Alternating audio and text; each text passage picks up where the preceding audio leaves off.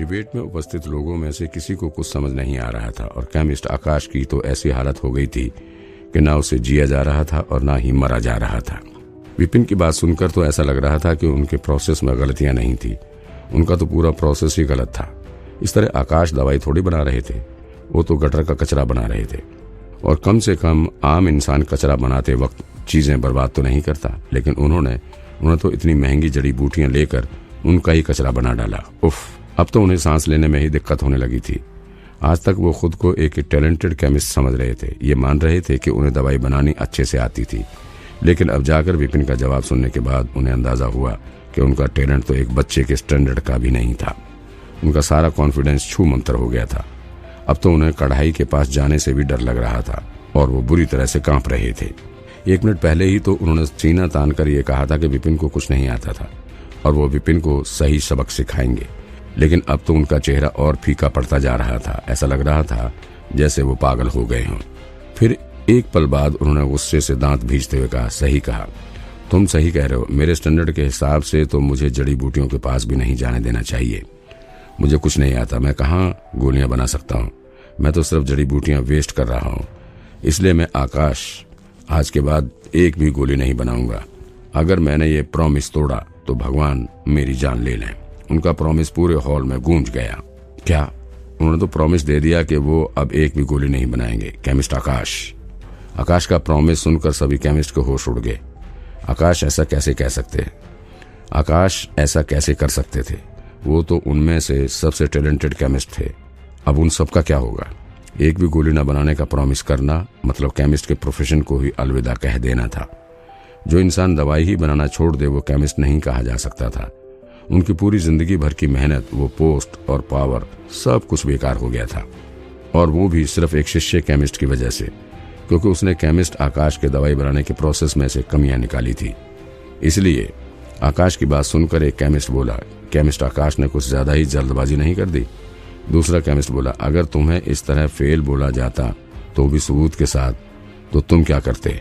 इस सवाल का पहले वाले केमिस्ट के पास भी कोई जवाब नहीं था। दूसरा केमिस्ट ठीक ही बोल रहा था। अगर वो केमिस्ट आकाश की जगह होता और उसे पता चलता कि उसकी टेक्निक पूरी की पूरी गलत थी और उसकी सालों की मेहनत कचरा ही थी, उसका कॉन्फिडेंस भी एक ही पल में गिर जाता। फिर भले ही उसी कॉन्फिडेंस को बचाने में उसे कई साल क्यों न लगे हों। और इतनी बुरी तरह से इंसल्ट होने पर कोई भी इंसान शौक में कुछ भी कह सकता था। फिर वो प्रॉमिस कोई हैरानी की बात नहीं थी। हर बार गोली बनाते हुए अपनी इंसल्ट का नजारा याद करने से तो अच्छा था कि वो गोली बनाना ही बंद कर दें।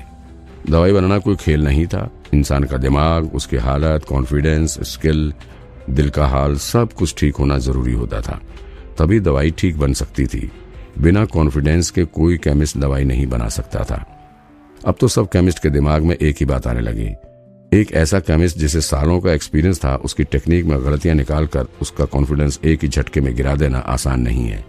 लेकिन फिर भी इस लड़के ने, वो सब विपिन को ऐसे देखने लगे जैसे किसी भयानक शैतान को देख रहे हों। इसमें कोई हैरानी की बात नहीं थी। अब तक उसने किसी भी टेक्निक की गलतियां नहीं बताई थी। ऐसा नहीं था कि उसे गलतियां पता नहीं थी और वो अपनी कमी छिपाने के लिए दूसरी वजह दे रहा था, बल्कि सच तो ये था कि वो उन्हीं की भलाई के लिए ऐसा कर रहा था। अब जाकर उन्हें पता चला कि सामने वाला उतना भी बेवकूफ नहीं था जितना वो उसे समझ रहे थे, बल्कि वो तो इतना ज्यादा होशियार था कि अगर उसने सच बोलना शुरू किया तो उन सब का सारा कॉन्फिडेंस उड़ जाएगा। भाई एक बात बताओ, तुम शिष्य केमिस्ट हो या फिर हम? अपना प्रॉमिस सबको बताने के बाद केमिस्ट आकाश विपिन के सामने झुका और बोला, मैं हार मानता हूँ। फार्मूला डिबेट स्टार्ट करते हुए 2 ही घंटे हुए थे और अभी से 4 केमिस्ट ने हार मान ली थी। ये रिजल्ट आएगा ऐसा किसी ने भी नहीं सोचा था। केमिस्ट नामित भी इस सब पर यकीन नहीं कर पा रहे थे। पहले से ही उन्हें विपिन के जीतने के कोई चांस दिखाई नहीं दे रहे थे, लेकिन आज जो हुआ उसके बारे में तो उन्होंने सपने में भी नहीं सोचा था। ये तो कोई डिबेट हुई ही नहीं। बिना डिबेट के ही विपिन ने 4 केमिस्ट को हरा दिया था। ये सब देखने के बाद उन्हें विपिन के परफेक्ट स्कोर पर कोई हैरानी नहीं हो रही थी। अगर इसमें इतना टैलेंट था तो ये कोई बड़ी बात नहीं थी कि इसने शिष्य केमिस्ट के एग्जाम में परफेक्ट स्कोर हासिल किया और इसे सभी जड़ी बूटियों की पहचान थी। विपिन के टैलेंट ने उसे बहुत ही इम्प्रेस कर दिया था। वही साइड में खड़ी सारिका की हालत भी बिगड़ गई थी। उसकी आंखों में डर साफ दिखाई दे रहा था और वो कांप रही थी। ये लड़का इतने बड़े केमिस्ट को हरा सकता था और उसने ऐसे इंसान की इंसल्ट करने की कोशिश की। उसका दिमाग तो खराब नहीं था, या फिर उसकी उम्र ने उसे घमंडी बना दिया था। जो भी हो, ये तो अच्छा हुआ कि विपिन ने उस मामले को ज्यादा तवज्जो ही नहीं दी, वरना वो चाहे तो सारिका की इस बदसलूकी के लिए उसे केमिस्ट ग्रुप से भी निकलवा सकता था। केमिस्ट आकाश के हार मानते ही सब फिर चुप हो गए और फिर केमिस्ट ध्रुव आगे आए। मैं आता हूँ, जबरदस्ती अपने चेहरे पर मुस्कुराहट लाकर ध्रुव बोला, प्लीज मुझ पर रहम करना। इतना कहकर वो एक कढ़ाई के पास चले गए। उन्होंने ग्रेड 1 की एक गोली बनाई और वो पहले वाली दोनों दवाइयों से थोड़ा कम लेवल की थी। उनके सारे मूव तेज और स्मूथ थे। जल्दी ही उनकी सारी गोलियां बन गईं। सभी लेवल 2 की ही गोलियां थी। विपिन ध्रुव से कल ही मिला था। उसे पता था कि सामने वाला अच्छे मिजाज का व्यक्ति था, इसलिए विपिन ने ज्यादा कुछ नहीं कहा और कुछ साफ साफ दिखने वाली गलतियां बता दी। सामने वाले ने चुपचाप सीधे हार मान ली। अब 10 में से 5 केमिस्ट हार मान चुके थे और ये फार्मूला डिबेट आधी हो चुकी थी। बहुत अच्छे, अब अगला कौन आना चाहेगा? हाथ पीछे करके विपिन ने शांति से बचे हुए केमिस्ट की तरफ देखा और सवाल किया। इस सवाल के बाद वहां फिर से सन्नाटा छा गया था। दूसरे शिष्य केमिस्ट के लिए हुई फार्मूला डिबेट में शिष्य वहां आए हुए सभी केमिस्ट से डरते थे, ये सोच कर कि कहीं वो जानबूझकर उससे मुश्किल सवाल ना पूछ लें। लेकिन विपिन के मामले में तो सब उल्टा हो रहा था। बचे हुए केमिस्ट डरे हुए थे कि विपिन कहीं उन्हें आगे ना बुला ले। अगर फार्मूला डिबेट का ये हाल उन्होंने खुद अपनी आंखों से ना देखा होता तो उन्हें ये यकीन नहीं होता कि ऐसा भी हो सकता था कि केमिस्ट किसी शिष्य से डरे। 1 मिनट की शांति के बाद एक बूढ़ा केमिस्ट खड़ा हुआ। वो बोला, मैं आता हूँ। केमिस्ट अली। केमिस्ट देवेश ने केमिस्ट अली की टेक्निक से भी मूव चुराए थे, ये कहकर कि वो उनकी पर्सनल स्किल देखना चाहता था।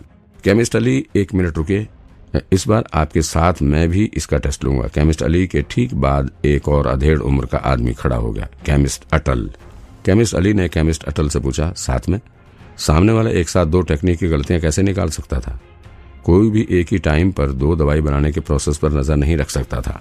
हमें ये समझ जाना चाहिए था कि इस लड़के की नजर बहुत तेज है और इसीलिए ही ये हमारी गलतियां निकाल पा रहा है। हो सकता है कि इसे बहुत ही अच्छी एजुकेशन मिली हो, शायद किसी मास्टर टीचर से पढ़ा हो। ये मुझे नहीं लगता कि इसकी नॉलेज इसकी नजर जितनी तेज होगी, खासकर इसकी कम उम्र के चलते। आखिरकार कोई इतनी सारी नॉलेज रट नहीं सकता। असली याद तो प्रैक्टिस के साथ ही हो पाता है। इसलिए हम एक काम करते हैं, दवाई बनाने की बजाय इससे सवाल पूछते हैं। अब हम इसके जाल में नहीं फंसेंगे, केमिस्ट अटल ने सबके सामने कहा। अली को शौक लगा। ये, अरे हाँ, मेरे दिमाग में ये बात क्यों नहीं आई? ये 20 साल का भी नहीं लगता। पैदा होने से आज तक इसने आखिर कितनी भी किताबें पढ़ी हों, हमसे तो कम ही होंगी, और वैसे भी बिना प्रैक्टिस के किताबें पढ़कर भी याद नहीं हुआ करती। असली फार्मूला डिबेट में कैंडिडेट से सवाल ही पूछे जाते हैं जिनका जवाब कैंडिडेट को सही सही देना होता है। इसे शायद पहले से ही पता था कि इसे थ्योरी ठीक से नहीं आती है और इसीलिए ही इसने जानबूझकर लेवल बढ़ाने के बहाने गलतियां निकालने वाला तरीका सुझा दिया। ये सच है कि लेवल वाकई बढ़ गया था, लेकिन अगर ये सच में किसी मास्टर टीचर से पढ़ा था और अगर इसे बचपन से ही अच्छी एजुकेशन मिली होगी तो इसके लिए गलतियां निकालना ही आसान काम होगा। आपने ठीक कहा, मास्टर टीचर बहुत ही ज्ञानी होते हैं, जबकि हम तो सिर्फ 1 स्टार लेवल के केमिस्ट हैं। ऐसे मास्टर से पढ़कर इसकी नजर तेज होना वाजिब है और उसी की वजह से ये हमारी गलतियां निकाल पा रहा है। केमिस्ट अटल की बातें सुनकर बाकी के 4 केमिस्ट में फिर से विपिन को हराने की इच्छा जाग गई थी और उनका कॉन्फिडेंस भी वापस आने लगा था। सामने वाला उनकी टेक्निक और उनकी गोलियों में से गलतियां निकाल सकता था। इसका मतलब तो साफ था कि उसकी पारखी नजर बहुत ही तेज थी, लेकिन नजर तेज होने का मतलब ये नहीं कि उसे कुछ थ्योरी भी आती होगी। अगर सच में यही बात हुई तो सवाल पूछकर उसकी कमी का पता लगाया जा सकता था और इसका मतलब ये होगा कि अब तक इस लड़के ने सभी को बेवकूफ बनाया था। अली को भी अटल की बात समझ आ गई थी, इसलिए सिर हिलाकर उन्होंने भी हाँ कह दिया।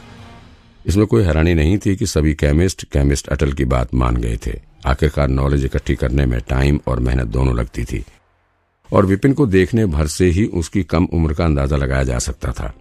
वो तो शायद 20 साल का भी नहीं था। अगर उसने रोज भी किताबें पढ़ी हों तो भी कुल मिलाकर तो उसने उनसे कम ही पढ़ाई की होगी। इंसान कितनी ही किताबें पढ़ ले, कभी तो उसे रुकना ही पड़ता था और सिर्फ पढ़ना ही काफी नहीं था, उन किताबों के कंटेंट को याद भी तो करना होता था।